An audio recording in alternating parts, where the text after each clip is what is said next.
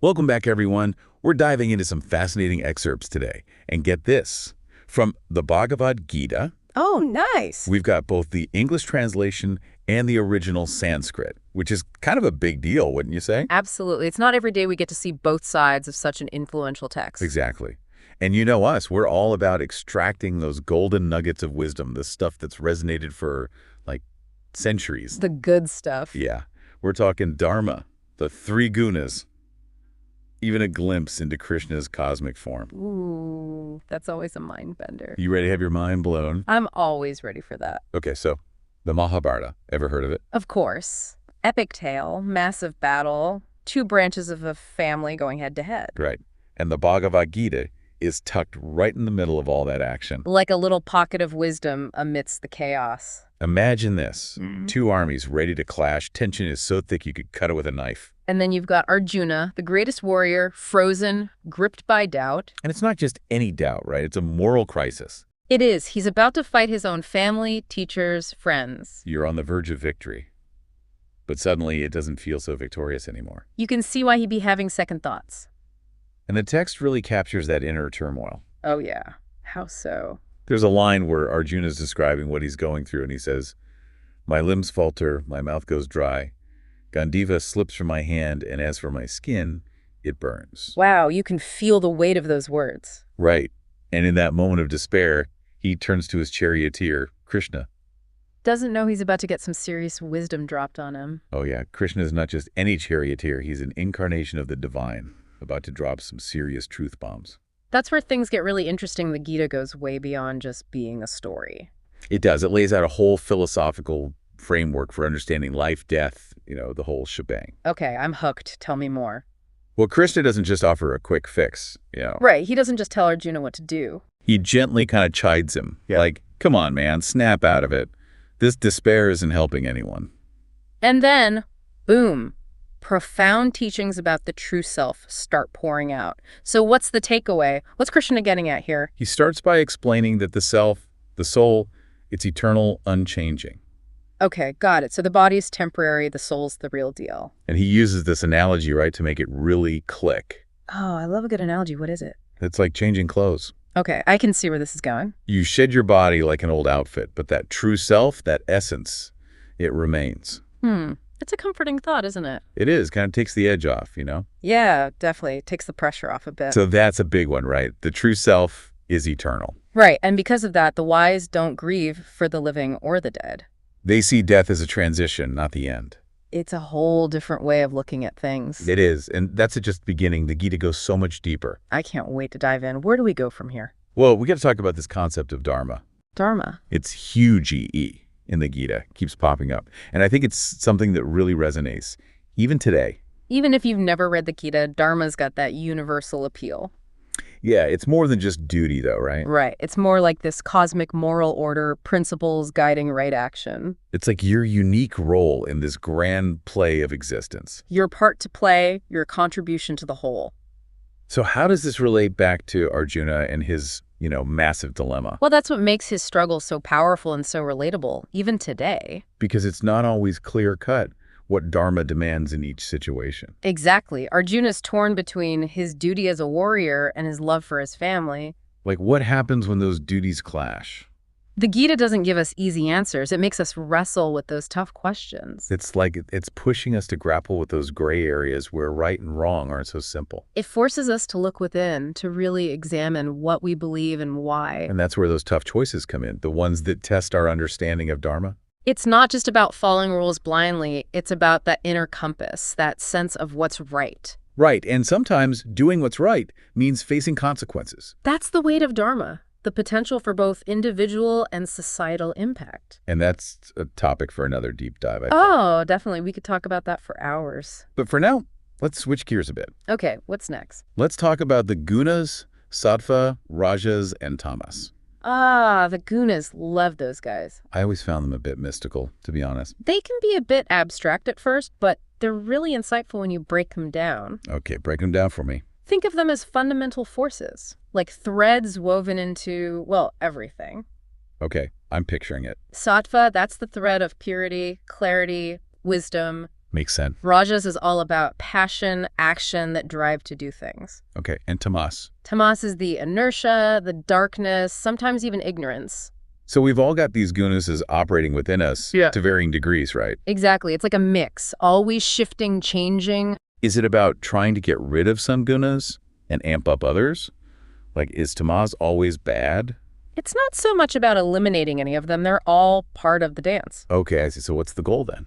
It's about understanding which guna is dominant in your life. So you can work with it rather than against it. Right. And then you make choices to bring them into balance.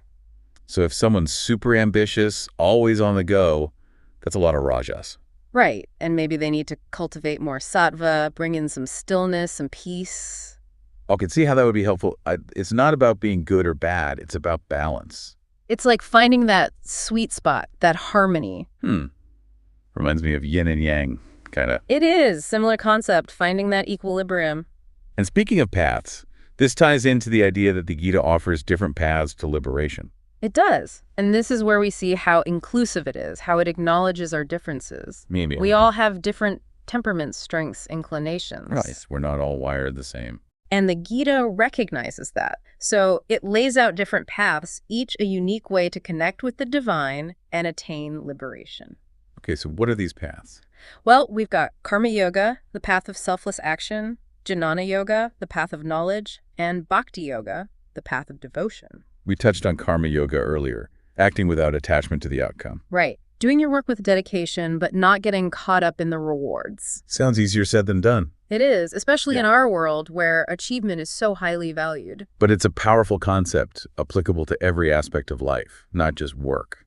Absolutely. Imagine approaching relationships with that same spirit. Wow, like giving without expecting anything in return. Exactly. Acting from genuine care and compassion, not from a place of what's in it for me. That's a radical shift in perspective. It is. It requires self-awareness, discipline, but the rewards are profound. What kind of rewards are we talking about? Inner peace, liberation from the anxieties of outcomes, a sense of fulfillment. That's huge. It is. It's about aligning your actions with something bigger than yourself. So what about Jnana Yoga then? The path of knowledge. This one's all about understanding the true nature of reality. So more than just accumulating facts. It is. It's about wisdom, about seeing through the illusions of the material world. Okay, so how do you do that? Is it all about reading tons of books? Reading can be a part of it, but ultimately it's an inner journey. An inner journey. It involves questioning your assumptions, challenging your perceptions. It's like peeling back the layers, getting to the core of who you are. Exactly. Recognizing the limitations of your own mind. And that requires a certain level of detachment, right? Yes. It's about observing your thoughts and beliefs without getting swept away. Like being able to step back from the battlefield of your mind and gain a clearer perspective. Precisely. That clarity allows you to make choices that align with your dharma and ultimately move towards liberation. So we've talked about selfless action, we've talked about knowledge, but what about Bhakti Yoga? Bhakti Yoga is often described as the path of love and surrender. Love and surrender. That sounds almost paradoxical. It is, but it's a beautiful paradox. Okay, I'm intrigued. Tell me more. It's about cultivating a deep sense of reverence and devotion towards the divine, however you conceive of it. But surrender, for a lot of people, that might sound like weakness. It's not about becoming passive. It's about recognizing a power greater than yourself and aligning with it. Okay, I think I'm starting to get it. Imagine a wave surrendering to the ocean. It doesn't disappear. It becomes part of something vast. Exactly. That's the essence of Bhakti Yoga, becoming one with that which is greater than ourselves. So it's not about blind faith or dogma. It's about that heart-centered connection. It is. It's about cultivating that love, that surrender, and letting it guide your actions. And that can manifest in different ways, right? Absolutely. It could be prayer, chanting, service to others, even just appreciating the beauty of nature. So it's about finding what resonates with you personally and allows you to experience that connection. That's the key, finding what opens your heart to that love and surrender. Okay, so we've got these three paths: Karma Yoga, Jnana Yoga, Bhakti Yoga. And they're all pointing towards the same ultimate goal. Liberation, that freedom from suffering. Right. And the beauty is that they're not mutually exclusive. You can blend them. Right. Absolutely. You might find yourself drawn to elements of all three. So it's not about picking one and sticking with it rigidly. It's about finding what works for you, what helps you grow and evolve. And sometimes it's about letting go of the need to control and allowing ourselves to be guided. That's a big part of it, trusting that there's a wisdom beyond our limited understanding. Now, we can't talk about the Gita without mentioning this one really intense scene where Arjuna asks Krishna to reveal his true form. Oh, yeah. That scene gives me chills every time. It's so vivid, so powerful, it really sticks with you. It's like a glimpse into the heart of the cosmos. Imagine being Arjuna, overcome with doubt, asking Krishna, "Show me who you really are."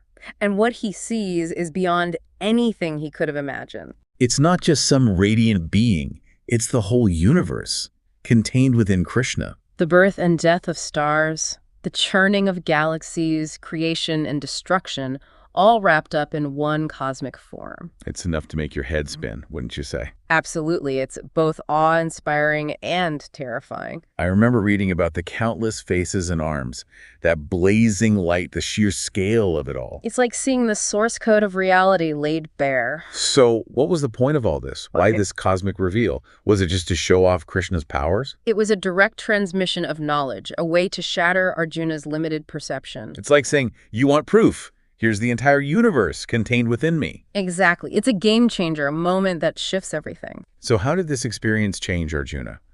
Did it magically erase all his doubts? Not magically, but it definitely shifted something within him. In what way? He becomes more receptive to Krishna's teachings, more willing to surrender to a wisdom beyond his own. So it's like this experience opened him up to a deeper understanding. It did, and it sets the stage for the rest of the Gita, where those teachings are explored in more detail. The paths to liberation, the nature of the self, all of that becomes clearer after this cosmic encounter. Exactly. It's like everything clicks into place. It's a powerful reminder that sometimes we need to be shaken out of our limited perspectives in order to see the bigger picture.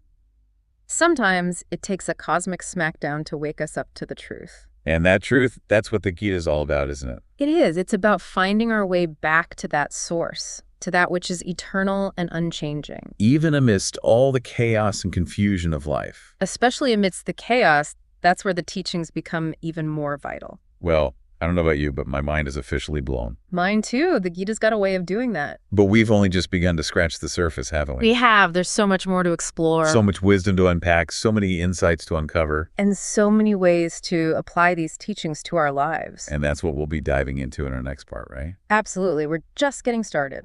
Stay tuned, folks. Things are about to get really interesting. Okay, so we left off talking about all these different paths to liberation. Karma yoga, jnana yoga, bhakti yoga. Right, and it's like, which one do you choose? Well, that's the beauty of the Gita. It doesn't say you have to choose just one. Oh, so you can kind of mix and match. Exactly. It recognizes that we're all unique individuals. We're all coming at this from different angles. We all have different strengths, weaknesses, different ways of connecting with the divine. Right. So it's not about forcing yourself into a box. It's about finding what works for you. Finding what resonates with your soul. What lights you up? What makes you feel connected to something bigger than yourself? Okay, I like that. So it's not about being rigid. It's about being open and flexible. And being honest with yourself about what you need on your spiritual journey. Because it is a journey, right? Yeah. It's not about reaching some final destination. It's about the process, the growth, the evolution. And those paths, they can intertwine, right? Mm-hmm. Like karma yoga, acting selflessly, can come from a place of bhakti, that devotion. Absolutely. And seeking knowledge, jnana yoga, can deepen that devotion. It's like they all feed into each other, creating a more holistic approach to spiritual growth. A tapestry of practices, all woven together. I love that analogy, the tapestry. It's like we're each creating our own unique tapestry. With all these different threads, these different colors and textures. And it's constantly evolving, right? Yeah. As we learn and grow. As we experience life in all its messy glory. Because life, some messy, isn't it? There's no escaping that. Not at all. And the Gita doesn't shy away from that messiness. It acknowledges the challenges, the struggles, the battles we all face. And it gives us tools to navigate those battles, to find that inner peace, even amidst the chaos. Okay, so let's bring it back to our own lives. Let's get practical. How do we actually take these teachings, these ancient wisdom bombs, and apply them to our everyday lives? That's the million-dollar question, isn't it? It is, because it's easy to get lost in the concepts, the philosophy, but then what? How does it actually change how we live? Well, remember that image of the battlefield? Yeah, the one Arjuna's facing. Right, but it's not just a literal battlefield. It's a metaphor for the battles we all face internally. The battles in our minds, with our thoughts, our emotions, our desires. Exactly. The constant push and pull, the inner turmoil. So what are some of those battlefields we encounter in modern life? Think about it. What are the things you struggle with? Oh man, where do I even begin? Could be a tough decision, a relationship that's causing you pain, a bad habit you can't seem to break. Or just the constant feeling of overwhelm, like you're drowning in information and to-dos. Right. It's like we're constantly bombarded with these little battles, these tests of our willpower and resilience. So how do we approach these battles from a place of wisdom? How do we even begin to apply the Gita's teachings in those moments? Well, let's start with Dharma. Dharma. Ask yourself, what is my purpose in this situation? What is the right course of action, even if it's hard? Even if it means facing consequences. Exactly, because sometimes doing the right thing isn't easy. It's about tuning in to that inner compass, that sense of what's truly right, even when it's uncomfortable. Trusting your intuition, that gut feeling. But what about when we're feeling overwhelmed? When the doubts and anxieties creep in? How do we stay grounded? Remember the three gunas? Oh yeah, sattva, rajas, tama. When you're feeling overwhelmed, chances are rajas, that passion and activity, is running a little wild. So we need to bring in more sattva, that calmness and clarity. Exactly. It's about finding balance, restoring that equilibrium. So if you're constantly reacting, making impulsive decisions, it's a sign to slow down. To take a step back, to breathe. Maybe go for a walk, meditate, anything that helps you shift out of that reactive state. Create some space for stillness, for reflection. Okay, that makes sense. But what about when those feelings of doubt and fear are really intense? What if you're facing a major life challenge, a decision that feels impossible to make? That's when it's easy to spiral, to feel completely lost. That's where bhakti yoga can be incredibly helpful. Bhakti, that surrender, that devotion. It's about tapping into a source of strength and inspiration outside of yourself. Like acknowledging that you're not alone in this. Exactly, that there's a force greater than yourself that you can lean on. So it's not about denying your feelings, it's about surrendering them to something bigger. It's about saying, okay, I'm struggling, but I'm not giving up. I'm opening myself up to a higher power. I'm letting go of the need to control, to figure it all out on my own. And that's where the real strength lies, in that surrender. Because it's not about weakness, it's about recognizing that we don't have all the answers. And that's okay. It's actually liberating to admit that. To let go of the ego's need to be in control all the time. To trust that there's a wisdom beyond our limited understanding. Okay, so we've got Dharma guiding our actions, sattva bringing in clarity and balance, and bhakti, that surrender to something greater. It's like a recipe for navigating the battlefield of life, wouldn't you say?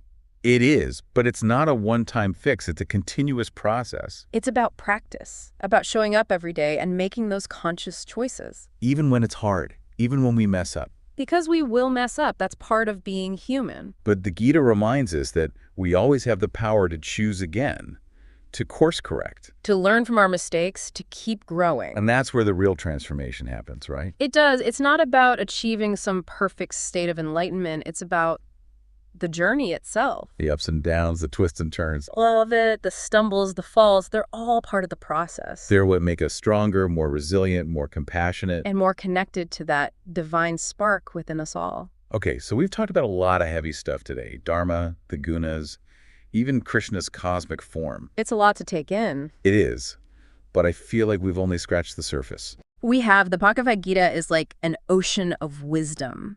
There's always more to explore, more to discover. And that's the beauty of it. It's a text that can keep revealing new layers of meaning throughout your life. So even if you've read it before, it's worth revisiting. With fresh eyes, a new perspective. Because you're not the same person you were when you first encountered it. You've grown, you've changed, you've experienced more of life. And those experiences will shape how you interpret the teachings. So as we wrap up this deep dive, I'm curious, is there anything else that stood out to you in these texts? Something that you think our listeners would find particularly helpful or insightful? Something to leave them with, something to ponder.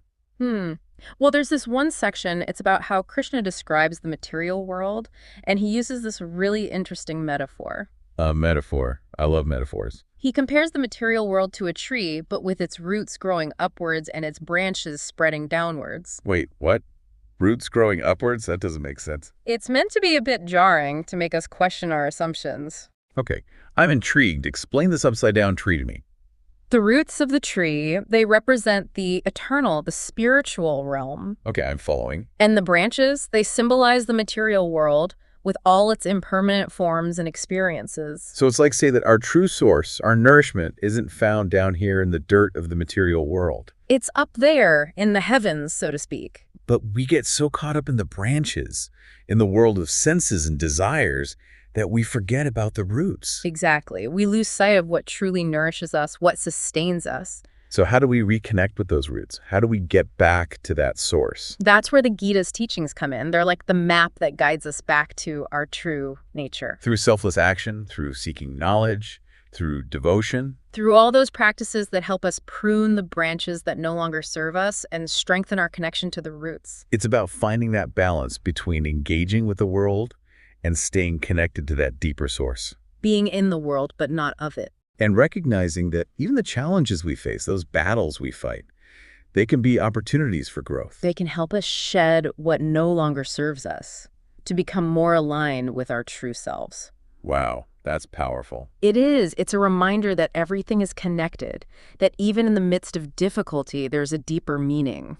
Okay, so we've explored these concepts, but now let's bring it back to you, the listener. What does it all mean for you? How can you take these ancient teachings and apply them to your own modern-day battles? It's like we've been given this incredible toolbox, all these ancient techniques, but figuring out how to use them, that's the real challenge, right? It is. The Bhagavad Gita doesn't hand us a step-by-step guide. It's more like a set of principles, insights, practices we can adapt. So it's up to us to figure out how to apply them to our own lives, our own unique situations. Exactly. It's about taking those ancient wisdom bombs and making them relevant today. So how do we do that? Where do we even begin? Well, let's go back to that battlefield analogy. Okay, back to the battlefield. Remember, Arjuna's facing a literal battle, but the Gita's teachings go beyond that specific context. Right, it's a metaphor for the struggles we all face. The battles we fight within ourselves, with our doubts, fears, desires.